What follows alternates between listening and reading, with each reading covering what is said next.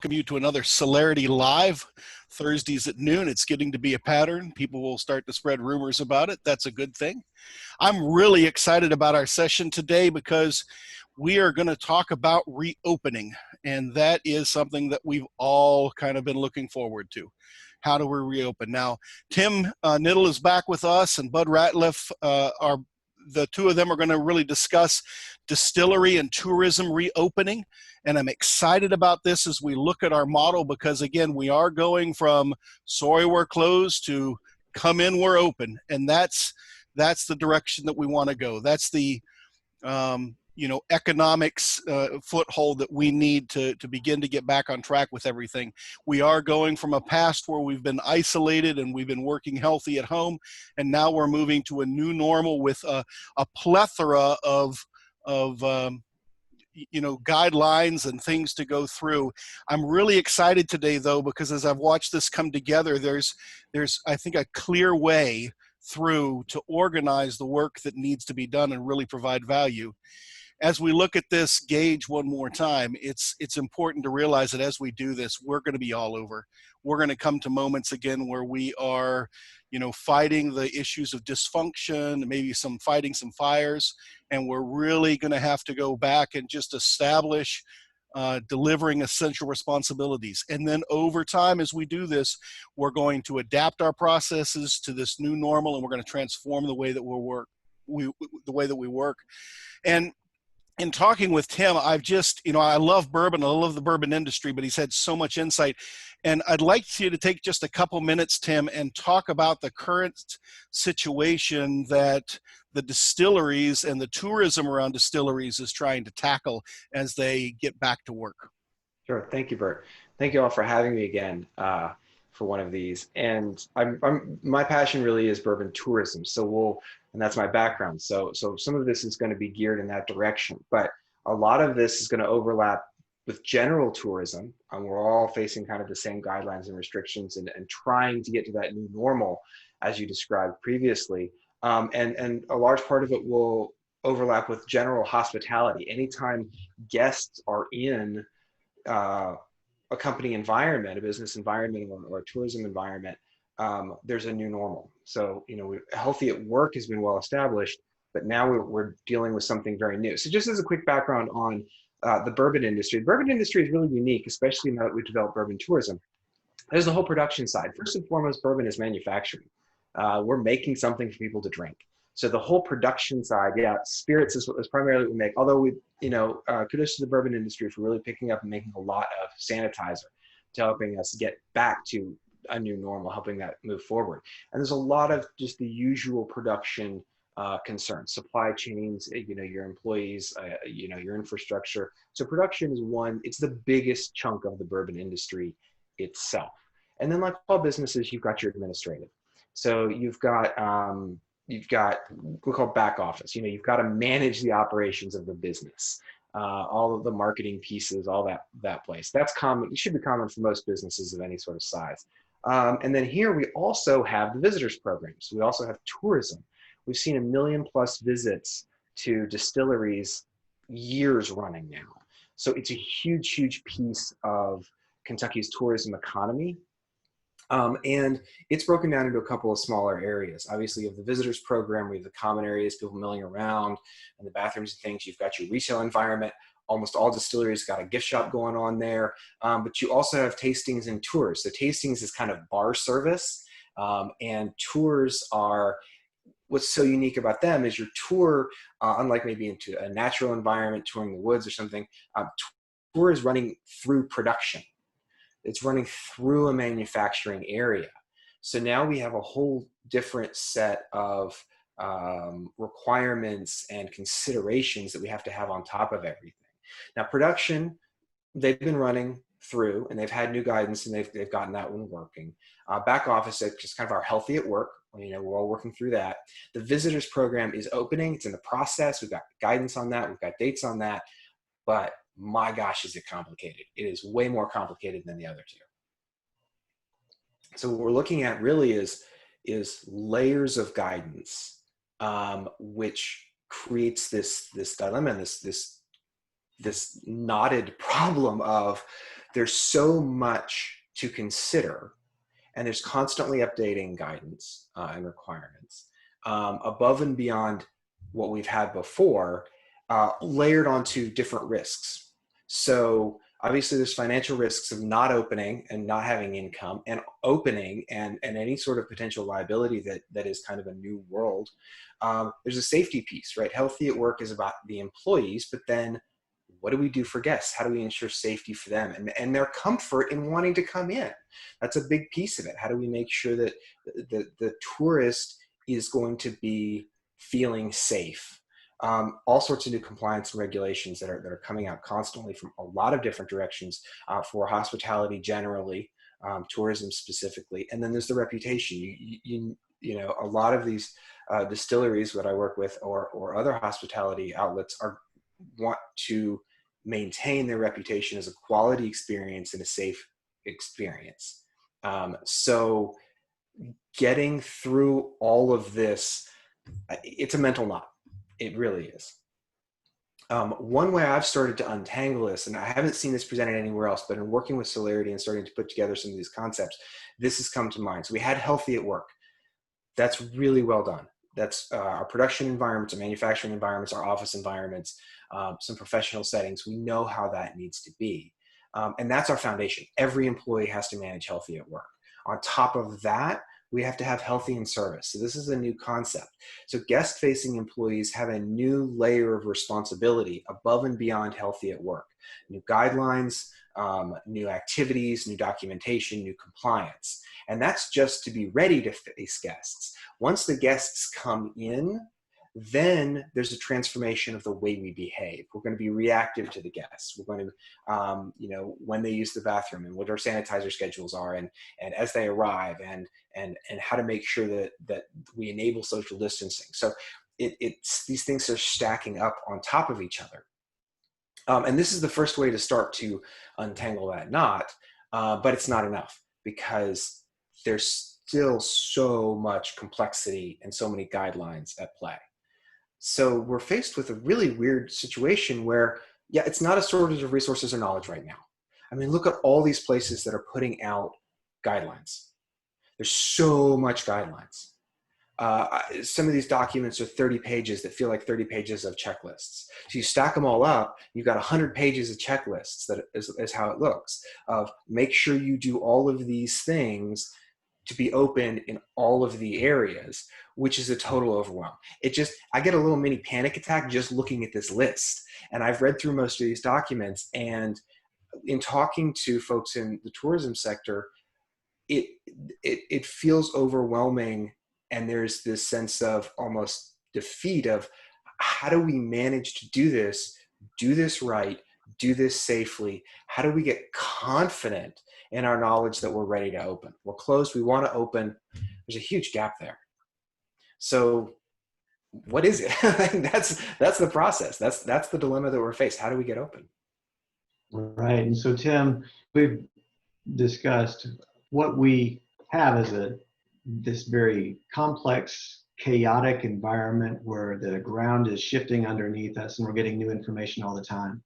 And part of what we like to do, what we obsess about, is trying to create order out of chaos and create action in ways that allow us to work a lot smarter as opposed to work a lot harder, because everyone is faced with a situation where they may be overwhelmed, just deluged with all this spaghetti of requirements, regulations, and whatnot, and they may feel like they're on their own. But what we want to do is get to a place where we're all working in concert together and able to coordinate a nice meal where we're getting to a place where things work. And so in chaotic environments, what we can do is have a map or a framework that allows us to organize. Just like if you're dropped in the middle of a mall, you're not sure where you are or where you're going, having a mall map to see that you are here and want to go to the shoe store, well, that shoe store is over here. Well, we're all in the situation where we have been dropped into this chaotic COVID environment. We have to be able to get back to work. And so we've developed a roadmap that helps us figure out where we are and what the stages are to get back to work. So with that, the steps that are involved is to take all those different requirements that you discussed and figure out which ones apply to our organizations. So there are going to be some that aren't applicable, and part of being able to, with complexity, is to be able to sift out those things that don't apply. Because we don't want to spend more time and effort on things that aren't necessary for us to spend time and effort on. Limited resource, limited time. So we want to confirm which requirements apply to us and use work that's been done in other areas wherever possible. So we've developed some checklists, and as you said, there's a lot of other resources out there that are available. The next step is to figure out, okay, where are you, an organization right now? And where is your area of the organization right now relative to the guidelines and requirements that are in place? So if you got your requirements that are needed, guidelines that are needed, those could be federal, state, local,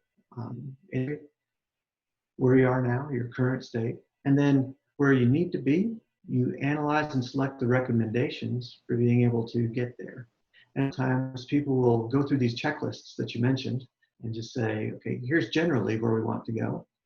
But it may not be taken down to this next level, which is all about making sure that we have actionable work that can be assigned to individuals and completed. So a lot of times, if more than one person is responsible for something, no one's responsible for something. There's that assumption that maybe this other person is working on it. So part of what we do as project managers is we try and eliminate assumptions. And so these techniques that we'll be showing you are ways to help make sure, organize the chaos, break it down into clear components, and then make those actionable. So we create, execute, and track action plans. And then, of course, once these regulations, recommendations, action plans are complete, then there's a need for the way that we're working in the new environment to be transitioned to an operational state. And there's that continued adaptation that occurs as things go along. So the goal of our approach, that is not rocket science, it's something that everyone can do. It's just a way to think about this, get it done most efficiently and effectively, not wasting resources. So what you're saying is these stacks of guidelines and requirement documents that are coming in, they look like a roadmap, but they're not. They're not the way of getting to open. So you have to use these as a starting place to build your own roadmap to getting yourself open. That's right. Because that's a different. Yeah, that's amazing. Yeah, every organization is different, and then we have these different areas of the organizations that are also going to be somewhat different. So you've got to get your organization back to work. Now, Tim, you and I have talked over time. Really enjoy talking with you. And you told me a little bit about a distillery that used to be in Woodford County called Gaines and Company. Yeah. I'm just going to talk about Gaines and Company. Let's use that as an example. Yeah. Gaines and Company distillery has to get back to work. And so there's a roadmap for Gaines and Company, right? At a high level. Is it going to be back in? Yeah, is it going to be different for production than it is for visitors programs as opposed to the office and administrative areas? Yeah. Not only is it a different roadmap, it's a different timing. So it's not one pile of documents to get you open. It's now one pile of documents building multiple roadmaps. Right. And so even within, say, the visitors programs, you had mentioned that there are these 4 different areas as well. And so part of working in a way that allows you to be quick to getting back to work, but not hurrying, is to develop just enough structure so that you can align the work that's taking place across these different areas. So you've got a similar approach, and you can work in concert so that you're not stepping on one another's toes. And you're also able to take advantage of the work that's being done in one area if it's similar to another area. So you're able to reuse the work that's done in one place in another area so that you reduce your risk and are able to move more quickly. So I'd like to just share a little bit about how we take multiple requirements and walk through this roadmap for one area. Let's take the visitor centers. Like you said, those are opening up right now, and there's a lot of need for that sort of work to be done. So we've got these requirements from different areas, and the visitor centers have to go with minimum requirements with some of the office-based requirements from an administrative standpoint, retail, and so on. So the goal is to take all these different requirements, and what we've developed is a set of checklists and templates that are available to consolidate all those requirements. And for those of you who are on the call who are interested in this, we're going to be sending you a link so that you can download these templates to use on your own if you want to utilize this moving forward. So, hey Bud, we have in the chat, if you could go back to the previous roadmap sure. just one more time. Thank you. This roadmap? I believe so. Bobby, is this the one you're talking about? Yeah, that's it. All right. So we'll make this roadmap available to you at the end as well. So if you want a quick screenshot, feel free. And then we'll move on back to walk through the different components. So step one is we take all those different requirements, and we'll take the example of enforcing social distancing. That's something that every office that has more than one tenant has to take into account. So we have the requirement here, we have the description of that requirement, and we're going to then assess what the current state is and identify the gaps with the organization. So in engaging, we can assess an assessment of that organization's area. So we'll go into the visitor center and say that right now, some employees are working from home and may be on furlough, for example. The office and guest areas have not been modified for social distancing. So what do we have to do? We have to make sure that we address common areas. So those common areas still are going to exist, and there are multiple pinch points when people go into the visitor center, and we have to address how we're going to handle that. So the next step is to analyze our options and then select the recommendations for things. So we have to think about how it's going to affect the staff.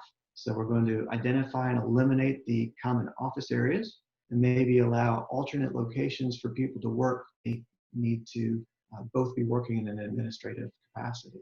We'll develop some training that's needed for the staff to be able to operate with social distancing. Another option is to identify from a guest standpoint, look at where those areas of close proximity is, and then have a strategy for encouraging social distancing. Maybe limit the number of people who can enter the visitor center at any given time. We'll have a map, we'll have some signage that needs to be developed, and some training. So those recommendations make sense, right, Tim? Can't you just go forth and do that? We're starting to get there. We're starting to get there. So these documents that looked like actionable guidance really aren't. So now we're getting into something that's actionable. We're getting close to being able to do something. All right. So step by step, we can take these steps to really clearly understand what's taking place. But here's where the magic comes in, Tim. And I share this with a lot of people. I'm not naturally organized, and that's why I went into the project management field. I learned about project management, and it was like a light bulb went off. It was like having a magic power granted upon me, because there's this structure that allows us to be organized, to approach things in a way that makes sense. It gets things done with fewer things falling off our plate, with less things falling through the cracks, and we're able to get more focus. We're able to get more control, not feel so scattered, to be able to accomplish this work. So here's an example of an action plan that takes the recommendations that we just discussed and breaks it down into individual tasks. So this is just an Excel spreadsheet. There are a lot of other tools that you can use. I'm sure every organization has their own to be able to assign this. We identify who is responsible from a role standpoint for addressing these particular tasks. And that's super powerful too, Tim. Just having a clear role, knowing who is the owner of that particular task that needs to be done, allows you to make sure that it gets done more effectively. People have clearer lines, more focus, and are able to complete that work. We have a status, so we know where that stands. So we have example here of develop a common office area map and plan. We know that our safety officer, Bill Weller, has already gotten that done. He's still working on distributing all the staff with that sign-off sheet, but we have Ellie Craig, our training manager, who still needs to develop some training for the staff. So she hasn't done that quite yet. We're going to check in with her and make sure that gets done. So we have individual people who know what they're supposed to be doing, and in a lot of cases, what order they need to be done in as well. So we can go to a lot more detail if needed, but we want to keep it as simple as possible to be able to get things done. So having this task, knowing who's responsible, knowing the status of things, knowing who's to someone, being able to handle that. It looks like we have someone who may not be muted. Allows us to get things done more effectively and get back to work faster and with a lot less risk. So our next step is to then transition to operations. So I think we've all probably been in a situation where we have a plan and we work to execute that plan. And as Eisenhower said, plans shatter when they hit reality, right? So we've got this adaptation that we have to take into account, and we need to then transition to our new way of working, that moving from adapting processes to transforming the way we operate. We're going to be operating in a new way. So having the plan is not enough. We want to make sure that we have appropriate messaging, and we know from our research and our training in organizational change management, which is all about working with the people side of change. We know that messages from the right people in the organization at the right times makes a world of difference in terms of getting things done more effectively. We know from pro side research, best practices in change management, that people want to hear messages about the overall organization from their CEO, from their COO, but they want to hear about things that are going to affect them directly from their supervisor, who knows them more intimately. Having the right messaging in place so people understand not only what's changing, but understanding why it's changing, and having some support to be able to get to that new place through training. That can go a long way towards being more successful. We know that when we're changing the way that we work, there is a natural resistance to making that change. And very rarely is it malicious resistance. It's more resistance because people may not understand why again, may not understand how they're supposed to work, or it could just be that there's that level of confusion, and change takes time. It takes time to learn how to run 10 miles. It takes not only the awareness that you can do it, the desire to actually run 10 miles. It requires the knowledge of how to run 10 miles, but just reading a book about that isn't going to allow you to do that. You need to develop the ability to do that. Same with social distancing. We have the awareness that we're supposed to social distance. Do we have the desired social distance? That makes a difference. What's the benefit of social distancing? Not getting sick, not being out of compliance. But then there's the knowledge of how do we social distance. Then there's the ability of practicing that. It's like, oh, yeah, I forgot. Same with wearing a mask. If you wear a mask and you have it down below your nose and you're still breathing out of your nose, it's not as effective. It takes time to kind of develop those habits that are in place. And there's the ongoing reinforcement of that work. So from a change management standpoint, those are ways that you can help overcome resistance to things. And then we know that adaptation is constant because change is constant. And as you mentioned earlier, Tim, we're getting new regulations just about every day, if not more than once a day. So these are techniques, proven practices that work across any type of complex project, but I think are especially helpful in this situation. So as we mentioned, we have these different projects that are taking place where we're getting our tastings back up and operating, getting Gaines and Company's visitors program stores going again, making sure that the retail store, the visitor center retail is operating as well. Now, Tim, would one person at Gaines Company distillery be responsible for all these different areas? Obviously not. Obviously you have, the master distiller over in production, you got your visitors program manager, you've got layers of administration and executive management there. And that's kind of a key insight, even just for the visitors program manager, right? So your visitors program manager is handed this list of this 30-page document that says, here's these guidelines. It looks like a to-do list. It looks like, okay, I'm going to check off this guideline, this guideline, this guideline, this requirement. But that's not it at all. It is the starting place, which then they will build out their own, which then their own roadmap, to use the language that we're developing here. But then even underneath the visitors program, there's going to be different people responsible for different things. It's not just the visitors program manager's job to do these to-dos, because they're not even to-dos. It's their job, or maybe a project manager's job, to see the roadmap and then start to delegate, because all these different areas are going to be running on different timelines. Retail is going to be the first to reopen. We know that. Tours and tastings, we're kind of not sure where those are going to land. Every distillery is going to have their own decisions. They're going to be in different places. So tracking different roadmaps becomes part of the management of getting to fully open. Right. And so what we know is that everyone has their own project that needs to get done, their own set of steps to work through those roadmaps. And again, if we align those, then we have some benefit.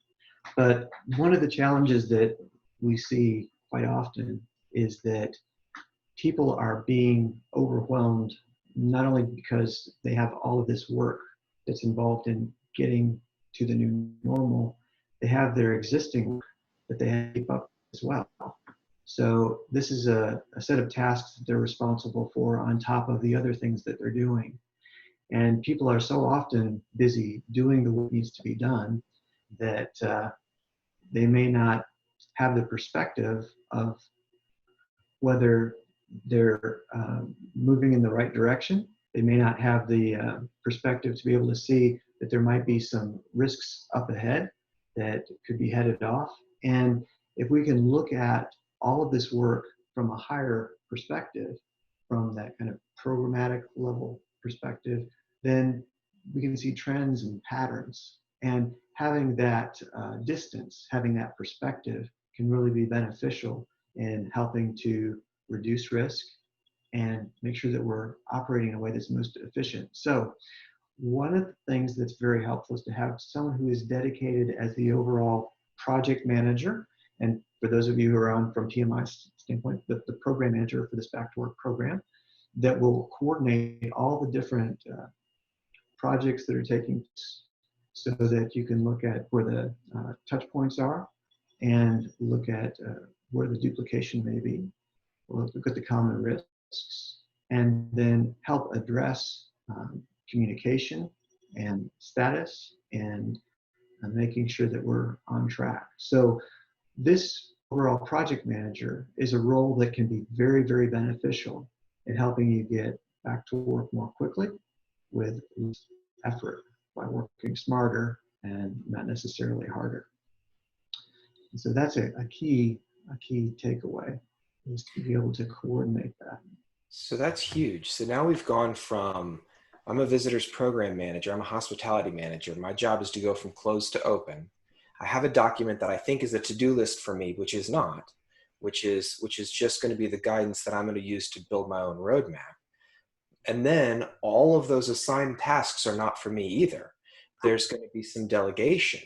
And what works even better is, because my job as the manager is to get open, I'm going to be putting out fires, I'm going to be taking action. I may not have the bandwidth to also have the 10,000 foot view and coordinate with all of the other components. So moving that onto somebody whose job is just ensure open correctly. And my job is help get open correctly. That's a huge leap from where we started thinking that I had 30 pages of to-dos. That seems much more manageable successfully. Right? Because you get everyone coordinated and reminded if things are starting to fall through the cracks, and you can see the overall trends and manage all the uncertainty at higher level and to be able to get back on track. So some of the key takeaways that we talked about is that, just as you said, having that separate project manager is very important to be able to align the work of the organization, make that communication from the executive level to the functional leads in different areas to the people who are doing the work, to the external vendors and whatnot. Just making sure it's all coordinated is one way of getting back faster and with less effort, because we can address those projects that have overlapping work in a way that reduces our effort overall. And that delegation of work allows us to divide and conquer, have that team of teams that's more effective in being able to get to where we need to be. Wow. So, and just, not having to recreate the wheel is important too. And so, as we've talked to Tim, Solarity has developed tools, templates, even free educational materials that are available to allow folks to understand some of the qualm that's out there and control it. So we're going to be making those tools and templates available after this, if folks want to download those and use them. So. Wow, that's great. Thanks, Bud, because I mean, even just walking through it in brief and with these examples here, personally, I've gone from that level of panic of looking at that knot of all those guidance that looks like tasks and looking at so many documents and realizing those aren't my action plan. I need to build the action plan, and then this needs to be considered as a project. Reopening is now a project, and treating it with a project manager that is helping to coordinate and ensure nothing gets lost. That's a safe way to get to open with a lot of comfort and a lot of confidence that we can say, okay, we built our plan, we executed our plan, we've confirmed that we've executed our plan correctly, we are now ready to open. I can say as a hospitality manager, I am ready to open, I know I am. Here's how I can prove it. Absolutely. And it also can help from a compliance standpoint, because if you have someone who's responsible for helping document as you go, if there are any questions, then you've got that documentation being built throughout the course of the project, and you can prove what's been done. So it helps in that respect. And we know that there are going to be changes in the future, that it may not be a pandemic, it could be some other condition that causes us to change the way that we have to work. What we're doing through this process is capturing lessons learned. It's building capacity within the organization to be able to control, focus, and change. We're increasing our ability to adapt. And so organizations that build that capacity, build the skills to be able to execute bluntly, to be able to adapt and adjust, are those organizations that are continued to win in the future. That's a great point. That's something that we're seeing as a major point of concern for hospitality and events and a lot of guest-facing things is we don't know when the rules are going to change, more restrictive again, more lenient again, what's going to happen as we go forward. So if you're just checking off all the guidance and getting to the current state, when you have to go back, it's as inefficient as it was getting open again. But if you've built this structure and and you've deployed it, you can scale up and back and around, and you can be adaptive very rapidly. The new normal is being adaptive rapidly. So if you can get there, you can be in a much better marketplace position than the folks that aren't doing it that way. That's a great point as well. And I think one of the things that I've noticed about the distillery industry is that it is very, it's competitive, but it's also cooperative. Yes. And I think it's in the best interest of the entire distillery industry to be able to get everyone back to work. Yeah. Quickly. So if there are folks who are coordinating these efforts across the board, sharing best practices, things that have worked, where you don't have to recreate them. Maybe, Gaines and Company has, gotten some guidance from another distillery about how they set up their center. And it allows you to share those practices without as much effort. And that really, if you have that project manager position, they can coordinate and learn and update everyone else, rather than that landing on somebody who's trying to do the daily work or trying to do the operational work. Oh, that's great. That seems much more confidence inducing than where we were at the beginning. That's fantastic. So we go from this knotted situation where we have all these things flying at us to an actionable roadmap that allows us to get things done, and hopefully with less effort and less risk. Yeah, we want to be safe and we want to be open. So if this is the path to getting there, that's amazing. Thank you so much for sharing all of that and all of the other resources. I know they're going to be great for people who operate distillery visitor centers, but also visitor centers and hospitality and tourism in general. Because we're all the whole industry is facing a crisis. A lot of us, at that adapting to the new normal slide that we have, we're still in zero. We're still trying to figure it out. So if we can get to fully adapted via this roadmap, that's going to be wonderful for everybody. Good deal. Well, thank you, Tim. Well, we'll turn it back over to you, Bert. Yeah, thank you, gentlemen. This has been a great conversation. I hope everybody can see why I was excited. I mean, this idea, and I've perused, not read, but perused most of those documents that we had up early in the slide deck, and it was just overwhelming. And it seems like there's a good way through here, and there are actionable ways that we can take control of the situation. And I think that's establishing the new normal is about control. Would like to take some questions from the audience, or any thoughts that you have. I know that there's a question out there about getting Tim's contact information. That is on the last slide, so we'll advance that just at the end. You'll be able to get a hold of it, and we will be sending out a survey with a link to the recording as well, if you want to show that around, or kind of give that information back. We do have a lot of fun reviewing our survey results and getting better. I'd also point you to the fact that Tim does through distilledliving.com has provided our daily dose of cocktails. So if you're looking for something to do in the evening, he has a cocktail that he's making every day. Wednesday, we're going to weekly now. We started out daily, weekly. now weekly. Wednesdays, 9 p.m. Join us live for that. But we've got 27 days worth of cocktails. Stuff you can make at home that's going to be enjoyable to change up your routine with bourbon and other spirits. So thank you for that. I was joking with Tim that since we've been talking about dilemmas so much, we needed to have a cocktail called Dilemonade so that we could get there. We're gonna do it. Okay. So what questions do we have? Cole, were there any other questions that came in through the chat? Bobby just said sharing also establishes the standards in the industry, to Bud's point, but no other comments in the chat as of now. And people can come off mute if they want to speak up a bit. Yeah. So we could take folks off of mute if they just wanted to talk. Yeah. We've got a lot of smart people on the attendee list here, I'm seeing. So I would love to hear any insights from the folks who are attending as well. And while we're waiting there, I just also want to give a plug to Tim's organization. He does great work, and I don't think we really said, but he's the bourbon steward. Is that correct? At the Yep, I'm a certified executive bourbon steward, which is the highest level of certification for a bourbon educator.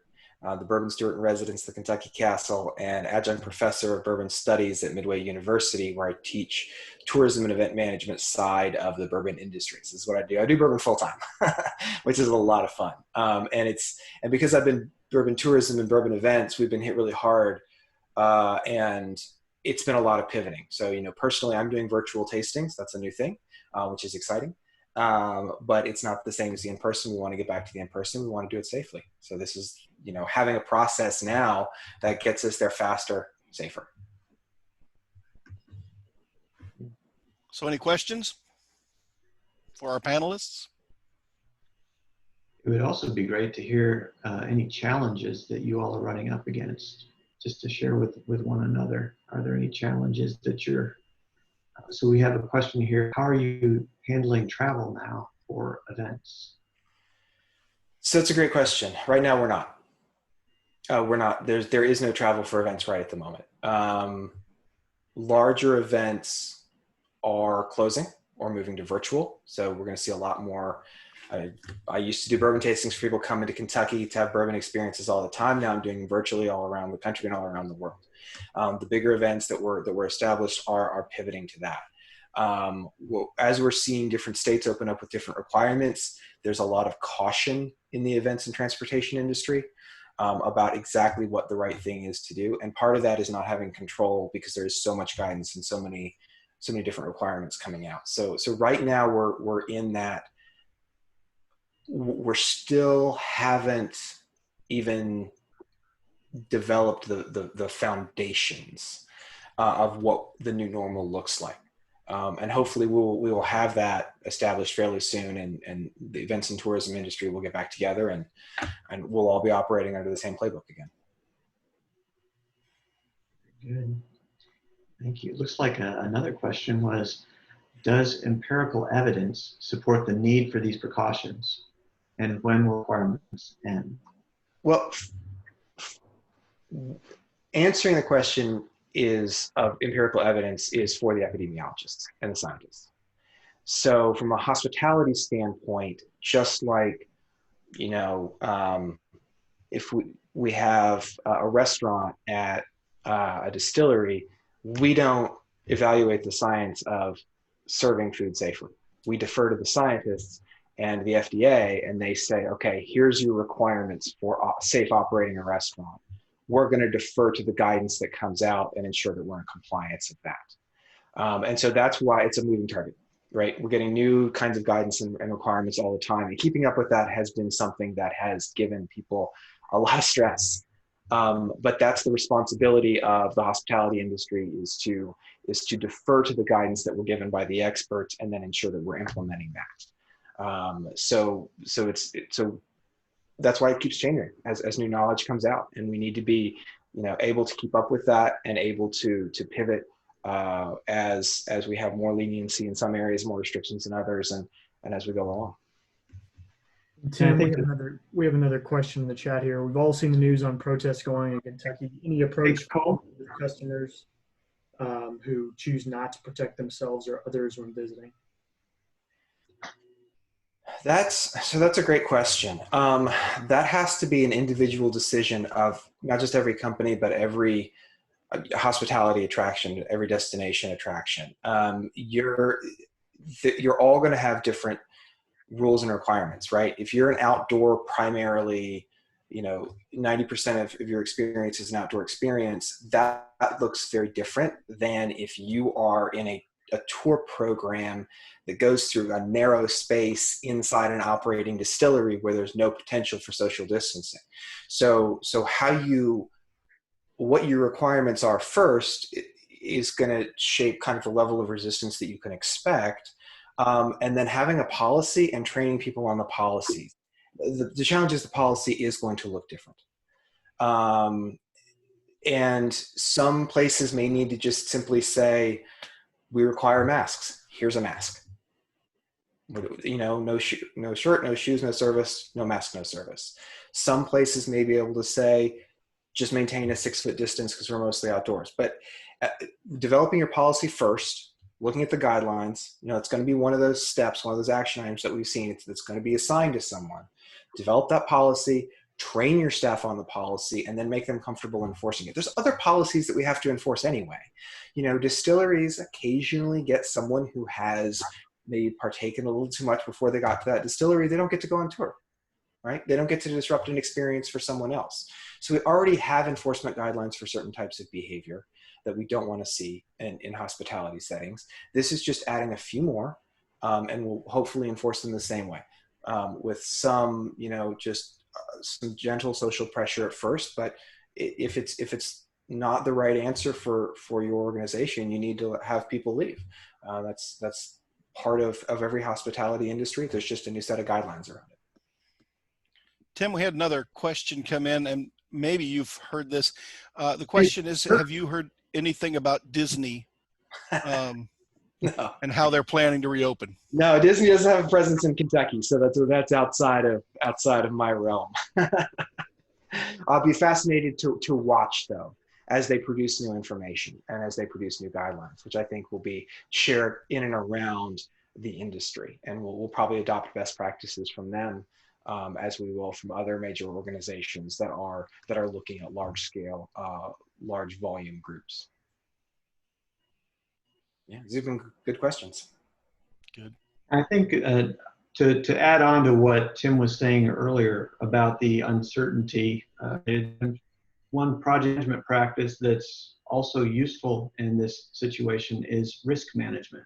I'm kind of a risk management wonk, and risk management is all of how do you manage the different threats that are out there, which ones are most likely to kill you, and which ones are just going to negatively affect you in a minor way. So what's the likelihood of that risk actually occurring, and what's the impact of that risk in your organization? So there's some good practices that help you to identify those risks, analyze them, and figure out how you want to respond to the ones most significant. That's a great point. And the guidelines.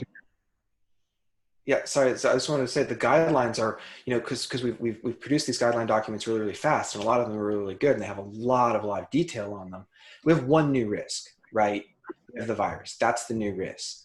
All the other risks, like for example, about handling protesters or people who don't want to be in compliance, those are flavors of existing risks. Those are just very specific types of things we already know how to deal with. So singling them out, I think, is a mistake in looking at this and getting to open.